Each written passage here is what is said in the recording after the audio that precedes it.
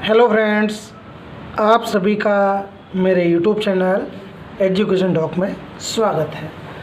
आज हम गुजरात माध्यमिक और उच्चतर माध्यमिक शिक्षा बोर्ड कक्षा 12 हिंदी मीडियम विषय अर्थशास्त्र, आज हम चैप्टर नंबर 6 बेरोजगारी, जिसके अंदर बेरोजगारी का अर्थ हम पढ़ने वाले हैं। लेकिन उससे पहले वर्तमान समय में बेरोजगारी की जो स्थिति है उसकी क्या हाल है, परिस्थिति कैसी है, उसके बारे में हम थोड़ा देख लेते हैं। वर्तमान समय में विश्व के ज़्यादातर देशों के अंदर गरीबी, बेरोजगारी, मुद्रास्फीति और मंदी जैसी अनेक आर्थिक और सामाजिक समस्याओं का सामना करना पड़ता है। ये जो भी समस्या है, उन सभी समस्याओं ने वैश्विक स्तर पर एक चिंताजनक स्थिति का निर्माण किया है और इन सभी समस्याओं का हल करने के लिए विश्व का प्रत्येक देश अपनी तरह से सतत प्रयत्नशील है।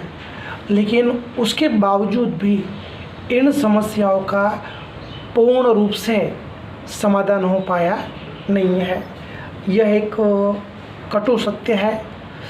विकसित एवं विकासशील देशों ने आर्थिक विकास तो किया है, लेकिन वे पूर्ण रोजगारी का निर्माण करने में सफल हो पाए नहीं है। उसकी वजह से बेरोजगारी की जो समस्या है, उस समस्या ने आज वैश्विक समस्या का रूप धारण किया है। भारत देश में भी बेरोजगारी की समस्या दीर्घकालीन समस्या मानी जाती है। इसीलिए आयोजन काल में भी बेरोजगारी की जो समस्या है, उस समस्या को दूर करने के उद्देश्य को प्राथमिकता दी गई थी। लेकिन देश में आर्थिक विकास होने के बावजूद भी बेरोजगारी की समस्या घटने की बजाय बढ़ती जा रही है, जो हमारे देश के आयोजन की सबसे बड़ी मर्यादा है। विकासशील देश भारत में एक और जनसंख्या बढ़ती जा रही है, जनसंख्या वृद्धि का दर बहुत ही ऊंचा है, तो दूसरी ओर अपर्याप्त आर्थिक विकास होने की वजह से बेरोजगारी की समस्या ने बहुत ही गंभीर स्वरूप धारण किया है। इस सच को हम झुठला सकते नहीं है। अब हम हमारे मेन मुद्दे पे आते हैं। बेरोजगारी का अर्थ जानने का प्रयत्न करते हैं। तो आइए दोस्तों, हम बेरोजगारी का अर्थ जानने का प्रयत्न करते हैं। सामान्य तौर पर बेरोजगारी अर्थात क्रियाशील व्यक्तियों की कार्य रहित होने की परिस्थिति। क्रियाशील व्यक्ति की कार्य रहित होने की जो अवस्था है, जो परिस्थिति है, उसे बेरोजगारी कहा जाता है। बेरोजगार केवल श्रमिक ही होते हैं ऐसा नहीं होता, लेकिन श्रमिक के अलावा उत्पादन के जो अन्य साधन होते हैं, वे साधन भी हमें बेरोजगार देखने को मिलते हैं। किंतु सामान्य तौर पर बेरोजगारी को केवल और केवल श्रम के संदर्भ में ही विचार किया जाता है। इसीलिए हम यहाँ श्रम के संदर्भ में ही बेरोजगारी की जो संकल्पना है, उस संकल्पना को समझने का प्रयत्न करेंगे दोस्तों। तो आइए हम देखते हैं बेरोजगारी की संकल्पना को। प्रोफेसर पिगू के मत अनुसार कोई भी व्यक्ति केवल तभी बेरोजगार कहा जा सकता है जब काम करने की इच्छा हो, फिर भी उसे काम न मिले। तो प्रोफेसर पीहू हमें समझाना चाहते हैं कि हम कोई भी व्यक्ति को तभी बेरोजगार कह सकते हैं कि जब व्यक्ति की काम करने की इच्छा हो और फिर भी अगर उसे काम न मिलता हो, तो ऐसे व्यक्ति को हम बेरोजगार कह सकते हैं। संक्षिप्त में अगर हम बात करें तो बेरोजगारी अर्थात प्रवर्तमान वेतन दर पर व्यक्ति की काम करने की इच्छा, शक्ति और तैयारी होने के बावजूद भी अगर उसे काम न मिले, तो ऐसे व्यक्ति को हम बेरोजगार कह सकते हैं। दोस्तों रिपीट करते हैं, प्रवर्तमान वेतन दर पर व्यक्ति की काम करने की इच्छा, शक्ति और तैयारी होने के बावजूद भी अगर व्यक्ति को काम नहीं मिलता, तो ऐसे व्यक्ति को हम बेरोजगार कह सकते हैं।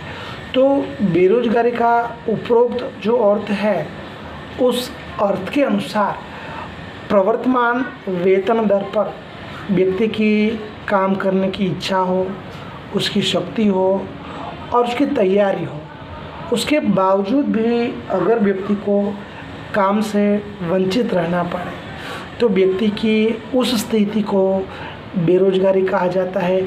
और ऐसे बेरोजगारी को अनैच्छिक बेरोजगारी या तो अनिवार्य बेरोजगारी भी कहा जाता है।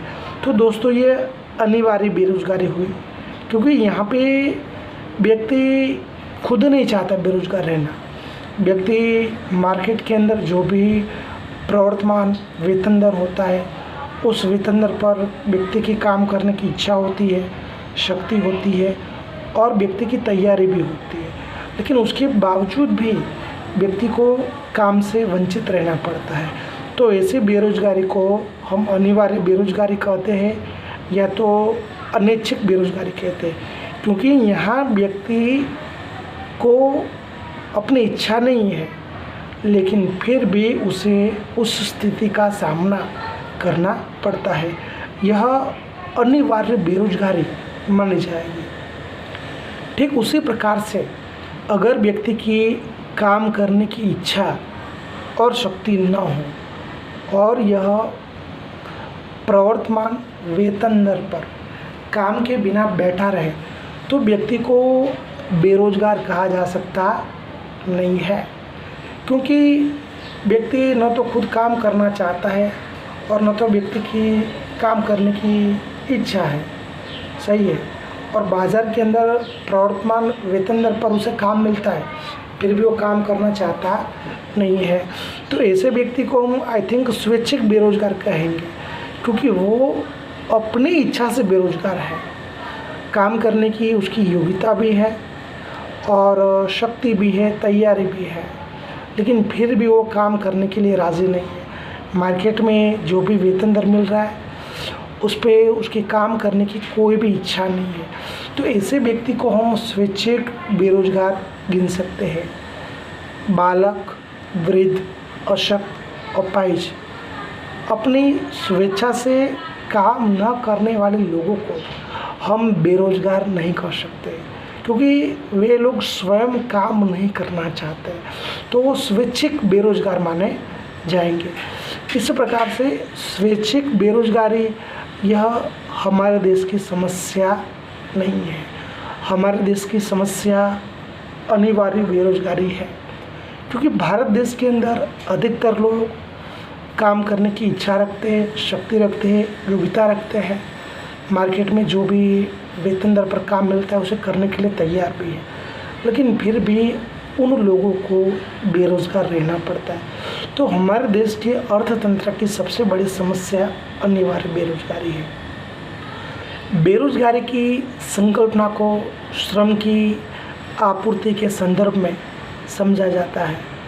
श्रम की आपूर्ति में सामान्य रूप से 15 से 64 वर्ष के उम्र समूह के व्यक्तियों का समावेश किया जाता है। बेरोजगारी की परिभाषा में अनिवार्य बेरोजगारी को भी देश के लिए समस्या माना जाता है। भारत के अंदर ये अनिवार्य बेरोजगारी की जो समस्या है वो समस्या हमें ज़्यादा ही गंभीर देखने को मिलती है।